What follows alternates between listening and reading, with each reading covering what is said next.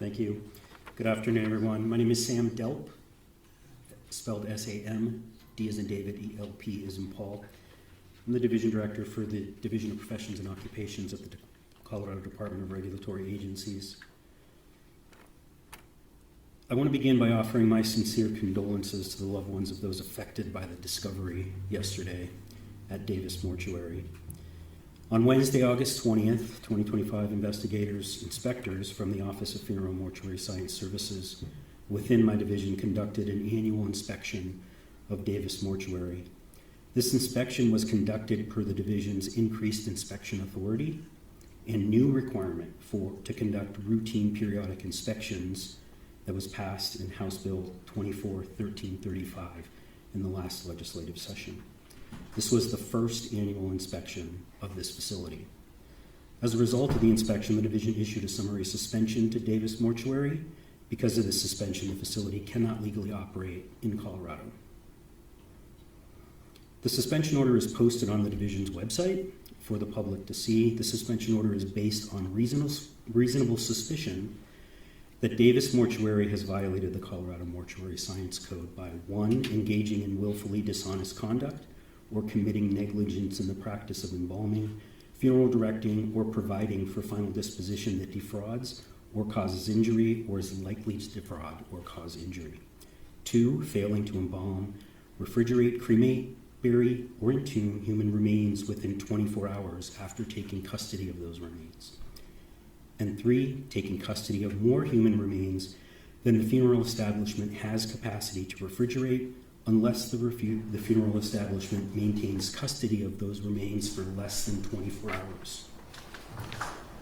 After making these discoveries, the division contacted the Pueblo Police Department, Pueblo County Sheriff, and the Colorado Bureau of Investigation, and is fully cooperating with the investigation.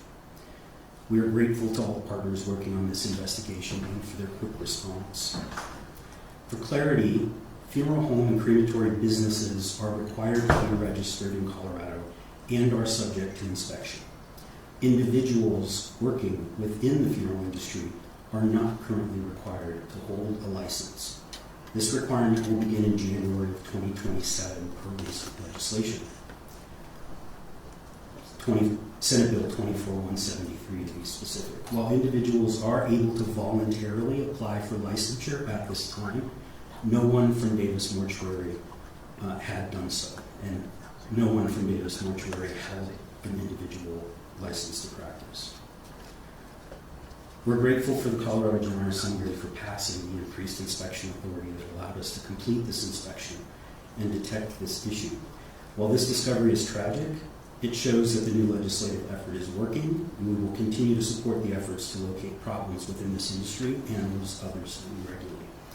I want to reiterate our support for loved ones impacted by these events, and through the investigation, I'm hopeful that we can provide some information to them over time. And I'll turn it over to Director Saldate from CBI.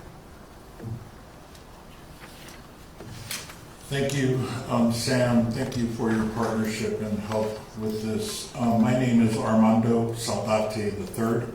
It is spelled A-R-M-A-N-D-O. Last name is S-A-L-D-A-T-E.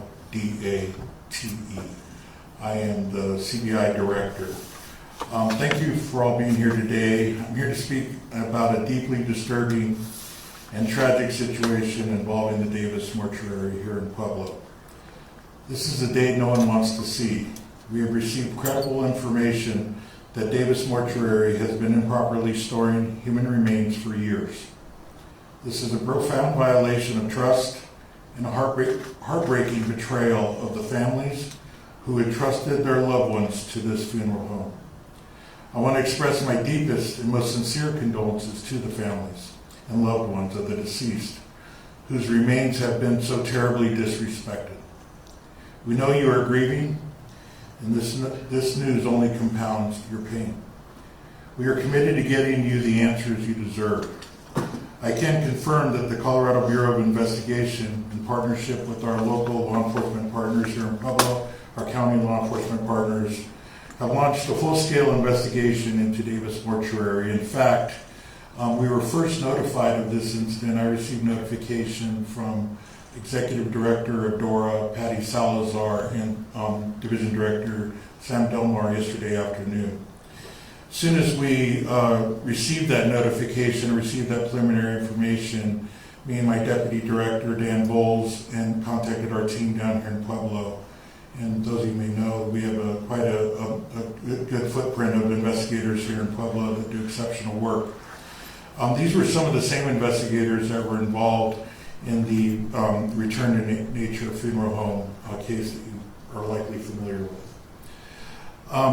As we speak, those investigators are on the premises executing search warrants to collect evidence and document the full scope of this tragedy. They are assisted, thankfully, by hazmat operators from the Colorado State Patrol. I'd like to thank Colonel Matt Packard. He immediately answered our call to assist. As you can only imagine, the situation of decomposing bodies in various states, we're getting an assessment in this entry with our investigators and hazmat operators to really see what does that entry look like and how do we process this scene. We know that you want answers and you want them now. I understand that urgency completely. However, this is a complex and painstaking process. We are at the very beginning of a thorough, methodical investigation.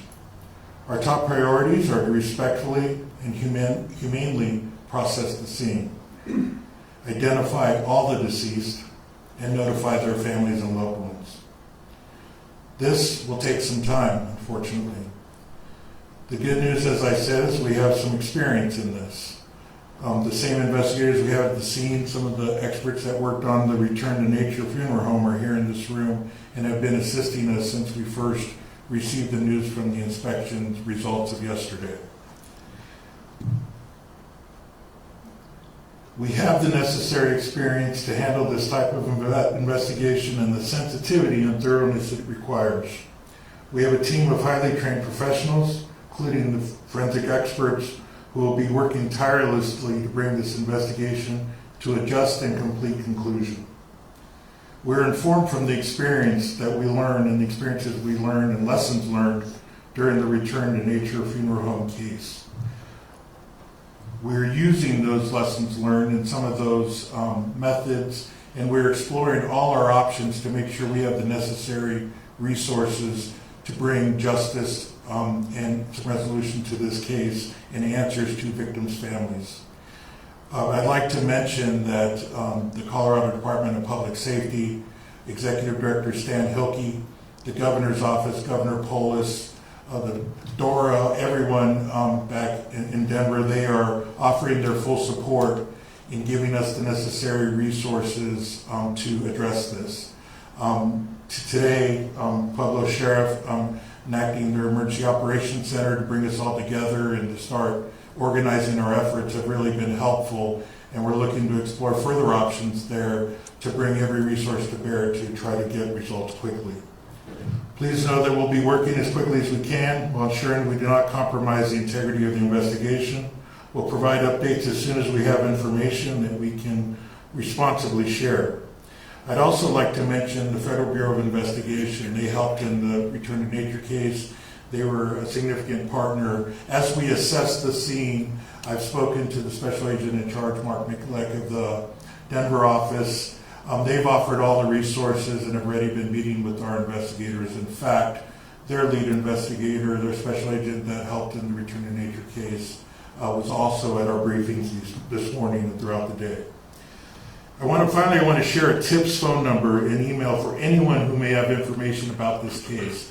This is especially for victims and loved ones, and I know you've been calling, and you've been calling to find answers. Hopefully the number that you'll see on the screen behind me, 719-257-3359. Again, 719-257-3359, or alternatively an email, cbitips@state.co.us. Again, cbitips@state.co.us. If you or your loved ones have been utilized this funeral home, if you're wondering about your remains and how that was processed, that would be the number to call. We have victims assistants, victim specialists that are staffing those lines that will be working with our investigators. Please allow for some time. Right now our priority is on the scene, trying to get some answers, trying to start the body identification. But we will be working closely with that, and we've been offered assistance here from Pueblo County officials, the Sheriff's Office, the Police Department, as well as our own Victim Assistance Program at CBI. So I will now pass it on, Rob. Sheriff Lucero, thank you.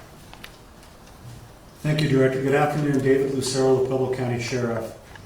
First and foremost, I wanted to share, this is rocking our community. There's many lives that are affected here, and certainly our thoughts go out and our prayers go out to those that are going to be affected as we continue to process this and it continues to unfold. The Pueblo County Sheriff's Office, the Pueblo Police Department will be a support role in this investigation with CBI as the lead, as the Director mentioned. But I have been in contact with the Mayor's Office as well as the Board of County Commissioners and receive full support to support the efforts that CBI will need as this continues to the days, the months, the timeline that it will take for proper identification and proper processing. I want to thank our partners that are here in this room. Thank the media for being here and covering this story for us. And again, I just encourage that tip line that's displayed behind me. If people have information or want to reach out, that would be the best way to get a hold of us. So I'll turn it over to District Attorney Kayla Beauvais to speak about her office as well. Thank you. Good afternoon. I'm Kayla Beauvais, and I'm Pueblo County's District Attorney. I want to take a moment to assure the community that we are taking this matter with the seriousness that it deserves. We understand the importance of the trust within the system and that it is earned through action and accountability. This will undoubtedly be an emotional journey for families affected, and our hearts go out to them. We will work to ensure that they have guidance and are treated with fairness, respect, and dignity throughout this process.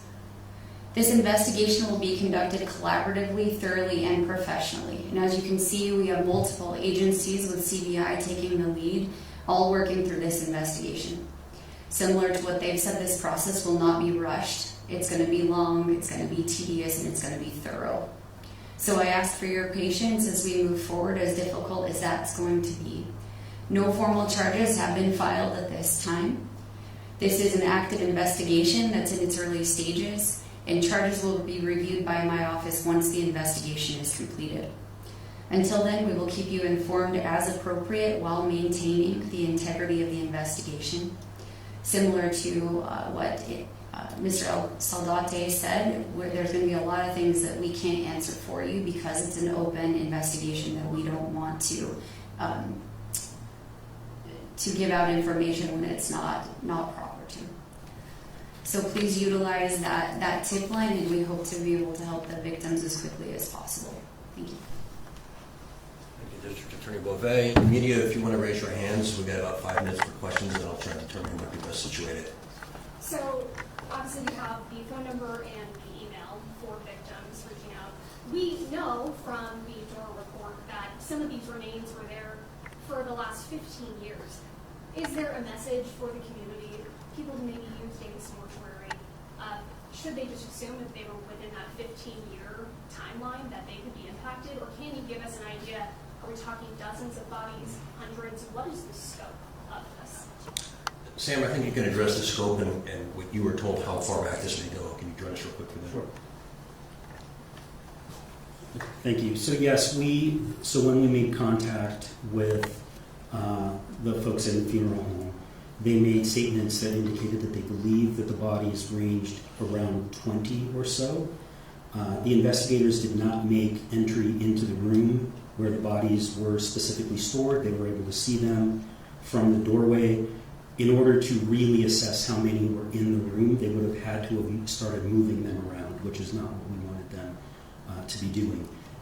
The statements that were made to our inspectors at the time was that they believed the bodies could be as old as 15 years. So those were based on statements, not on anything that's been investigated at this point. And you had mentioned that this inspection was done as a result of this change in state law. When was the last inspection before this annual inspection?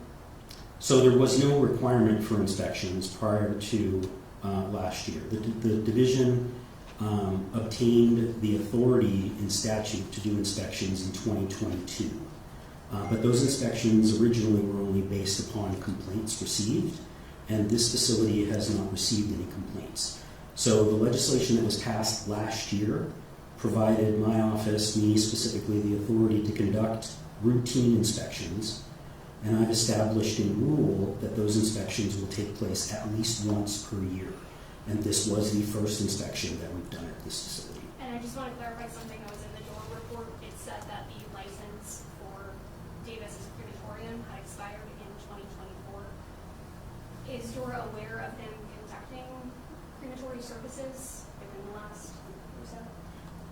No, we're not aware that they've conducted any crematory services past the expiration of their license. In fact, the statements that they made to the inspectors was that they've not actually done any cremations at that facility in, I want to say, at least 10 years, even though the license was active until November of 2024 for the crematory. And to be clear, the crematory and the funeral home license are separate, and the funeral home license was and continued to be active up until it was suspended yesterday. I'll let someone else jump in with Yeah. some questions. Here in the orange, please. Oh, yes, so I just wanted to inquire as to, he's obviously our elected county coroner, and I was just curious about his status in that role, in light of this investigation. Armando, do you want to address that? Yeah, so that's something that we're exploring right now. He is currently still the coroner right now. We are exploring through legal means and statutory situation, trying to get advice on how we proceed. Obviously, we're going to need a coroner to process our scene and help us process the remains. We are working with other coroner resources right now, some of the same that worked on the return to nature case. But we are not in a position right now to comment further on that. Mr. Cotter and his brother, do you know where they are? Has anyone interviewed them yet? Sheriff Lucero, would you address that? Yeah, thank you for the question. Yeah, we do know where Mr. Cotter is currently right now. What I can confirm is he's not under arrest. The scope and size is still being determined, but as for his brother, I do not know where he is currently located. And has he been questioned? That's still in process. The investigation's in its early stages. And, you know, as we have an ID team that goes out and processes the scene, investigators from CBI, Pueblo County Sheriff's Office, Pueblo Police Department, we'll be giving them some of those responsibilities and assisting where we can to make sure that those interviews are timely. We want to make sure that we have the best information before we conduct interviews. And it's our understanding his brother's a co-owner. Is that accurate? And if so, is he under investigation? I do believe he is listed as a co-owner of the establishment, and you know we're going to be looking at everybody that may be associated with this. And you know where he is as well? Yes. Sir, I want to make sure clear, because you said you didn't know who the brother was. Are you looking for him? Is he outstanding? Is he on the run? Let's be really clear about where the two brothers are and what their status is, and have they been told, don't leave the state, don't leave the country? Yeah, thank you for that, and I will provide clarification because, as I stated, we're still ramping up investigative resources on this. We do know where Mr. Brian Cotter is at this time, and like I stated, he's not under arrest. He's being looked at, as is his brother, for this investigation. As for them being told they can't leave the state or anything like that, that hasn't happened at this point, but we're hoping to get some of these answers very quickly. Are you looking for the brother actively right now? Director, did you want to address that? Yes, so that is something we're tracking down. We're getting identification, we're getting their addresses, getting contact information. Right now, our priority was really getting into the building. A lot of our investigative resources are there. In parallel, though, we are also trying to, as the sheriff indicated, trying to learn the information. We do know some information from both being present at the inspection yesterday and some statements they made. But we will definitely be following up in those interviews, having interviews with them and many others associated with the business. Will the bodies be taken to another county, El Paso County or otherwise? I can't do it. So that's what we are exploring now, and that's what happened in the case of the return to nature.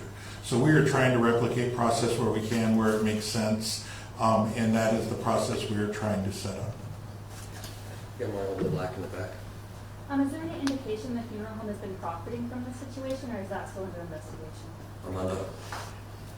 Yes, that will be part of the investigation. So we are looking at all sorts of things around the information around how did they get in this situation, how did, how were people paid. That could be part of the victimization here, is that, people, they were profiting or something. But that's going to be explored. This is going to be a comprehensive investigation, and the financials will definitely be part of that.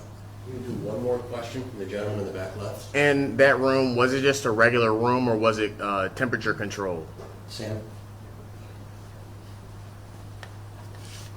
Thank you for that. The room was just a regular room. There did appear to be a refrigeration unit in the room. We're not sure what the contents of that unit may be, or whether or not it was functional. Thank you, everyone. Thank you for coming out. Again, more information as it develops, we'll share as soon as we can.